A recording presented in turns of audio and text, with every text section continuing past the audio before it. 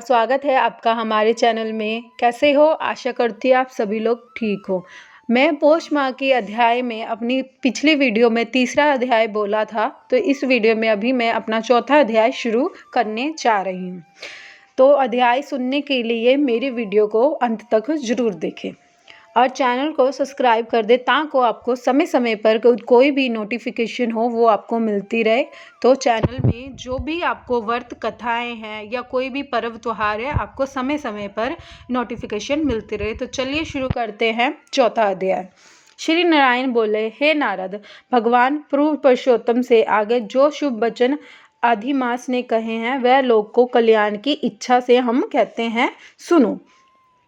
आदिमास बोला, हे नाथ, हे कृपिनिध, हे हरे, मेरे जो भी बलवान हैं उन्हें यह मलमास है। ऐसा कहकर मुझे दीन और अपनी श्रेणी से निकाल दिया।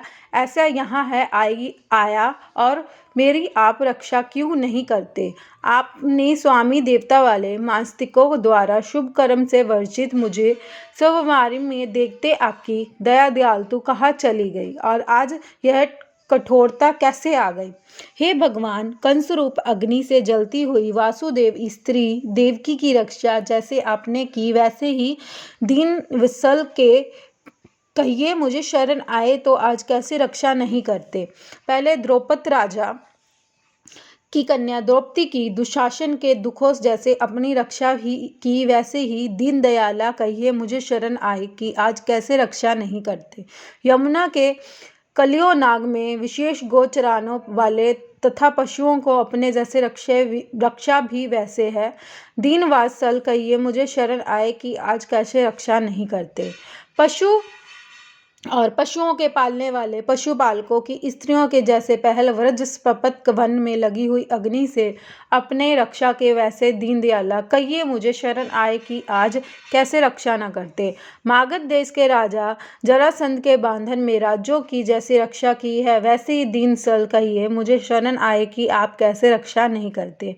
अपने ग्रहों का मुख महाराज से झट आकर जैसे रक्षा की है वैसे ही दिवसल कहिए मुझे शरण आए कि आज कैसे रक्षा नहीं करते? श्री नारायण बोले, इस प्रकार भगवान को कहा स्वामी रहमत मलमास आंसू बहाता मुख लिए जगपति के सामने चुपचाप खड़ा रहा।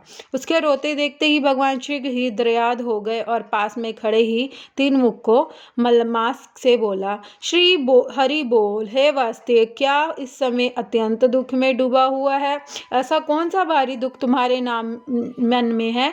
दुख में डूबते हुए तुझको हम बचाएंगे। तुम शोक मत करो, मेरी शरण में आओ, फिर शोक करना या योग्य नहीं रहता। यही आकर महादुखी नीच से शोक नहीं करता, किस लिए कि तुम यहाँ आकर शोक मन में दबाए हुए हो। जहाँ आने से शोक होता है ना कभी बुढ़ाती आती है ना ही मृत्यु भय करता है, किंतु नित्य आनंद रहकर इस प्रकार से बैठ कुंड में आकर तुम कैसे दुखित हो? तुमको यहाँ दुखी देखकर बैठ कुंड वासी बड़े ही विस्मय में प्राप्त हो रहे हैं। हे वास्ते, तुम कहो इस समय तुम मरने को क्यों इच्छा कर रहे हो? श्री नारायण बोले, इस प्रकार भगवान के वाक्य सुनकर बोझ लिए हुए आदमी जैसे बोझ रखकर श्वास पर लेता है इसी प्रकार श्वास लेकर आदिमास मधुसूदन से बोले। आदिमास बोले, हे भगवान, आप सर्वव्यापी हो, आप अज्ञात कुछ नहीं है। आकाश की तरह आप विश्व के व्याप्त होकर बैठे हो। चर अचर व्यक्त विष्णु आप सभी साक्षी हो, विश्व भर को देखते हो। विश्व को सादरी ने भी विकार सुनने आप शास्त्र मध्य अनुसार सब भूत स्थिति है। हे जगन्नाथ, आप किस के बिना कुछ भी नहीं है। क्या आप मुझे अभागों के कष्ट से नहीं जानते? यद्यपि हे नाथ, मैं अपनी यह व्याथा कहता हूँ कि जिस प्रकार दुखा जाल में घिरा हुआ हूँ वैसे ही दुखित मैंने को नहीं देखा है और ना ही सुना है। क्षण निमेष मुहूर्त पक्ष मास दिन और रात सब अपने अपने स्वामियों में अधिकार संविदा बिना भय के प्रसन्न रहते हैं।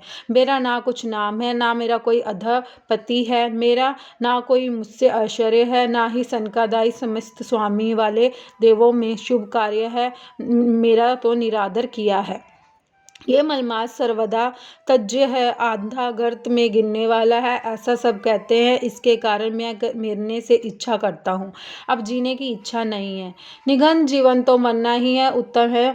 सदा जला करता है वह किस तरह हो सकता है। हे महाराजा, ऐसे अधिक मुझे कुछ कहना है नहीं। वेदों ने आपकी इस तरह प्रसिद्ध पुरुषोत्तम पर परोपकार प्रिय और दूसरे दुख का सहन नहीं करते। आप अब अपने धर्म समझाकर जैसे इच्छा हो वैसा करें। आप प्रभु हो और महान हो, आपके समान मुझे जैसा पारम घड़ी घड़ी कुछ कहता है रहेगा उचित नहीं। मैं मरूंगा, अब ना जीऊंगा, ऐसा पुण्य पुण्य कहकर आदिमास ब्राह्मण पुत्र चुप हो गए और एकाएक विष्णु के निकट गिर गए। तब इसी प्रकार गिरते हुए मलमास को देखा तो भगवान की सभा में लोग बड़े ही विस्मय प्राप्त हुए। श्री नारायण बोले, इस प्रकार कहकर चुप हुए। आदिवास के प्रति वह बहुत कृपा भरे से अनवन हुए और श्री कृष्ण मेघ के समान गंभीर वाणी से चंद्रमा की किरणों की तरह उसे शांत करने बोले। सूत जी बोले, हे विद्र स्त्री, अच्युत नारायण का पापों का समृद्ध के शोषण करने वाले बड़वंडल में अग्नि समान वचन सुनकर प्रसन्न हुए। नारद मुनि पुण्य आदि पुरुष के वचनों से सुनने की इच्छा से बोले।